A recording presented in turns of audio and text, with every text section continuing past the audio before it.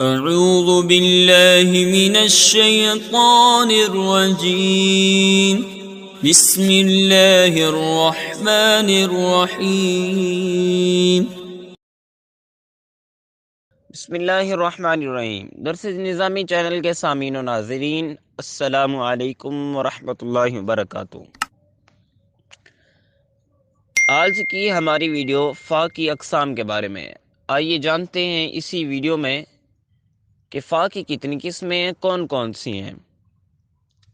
فا کی 7 اقسام ہیں۔ نمبر 1، فا جزائیہ ہوتا ہے جو شرط کے جواب پر داخل ہوتا ہے۔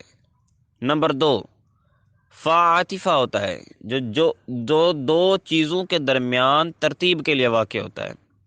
نمبر 3، فا تفصیلیہ جو کسی تفصیل کے لیے واقع ہوتا ہے۔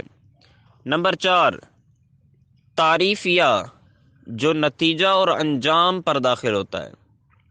نمبر 5، تعلیلیہ جو جملہ معللہ پر داخل ہوتا ہے۔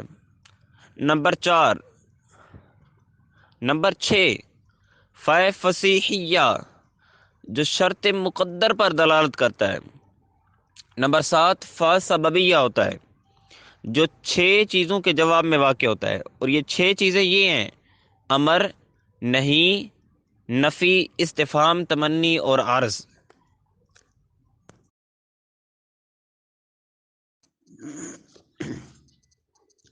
بسم اللہ الرحمن الرحیم۔ درس نظامی چینل کے سامعین و ناظرین، السلام علیکم ورحمۃ اللہ وبرکاتہ۔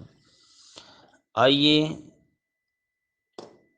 آج کی ہماری اس ویڈیو میں جانتے ہیں کہ لامی استغاثہ کے متعلق کتنے اقوال ہیں، اور یا اللہ للمسلمین اس کی ترکیب کیا ہے۔ لام استغاثہ کے متعلق 3 اقوال ہیں۔ ابن خروف کے نزدیک یہ لام زائدہ ہے، اور اسی قول کو ابو حیان نے بھی اختیار کیا ہے۔ نمبر 2، امام ابن جنی کے نزدیک یہ لام حرف ندا یا کے متعلق ہے، اور امام سبوی کے نزدیک یہ لام فعل محذوف کے متعلق ہوگا۔ اسی قول کو ابن عصفور نے بھی اختیار کیا ہے۔ اور یا اللہ للمسلمین، اس میں یا حرف ندا برائے استغاثہ قائم مقام استغیثہ کے ہیں۔ لام جارہ اللہ اسم جلالت مجرور لفظاً منصوب محلاً منادى مستغاث به۔ للمسلمین لام جارہ مسلمین جار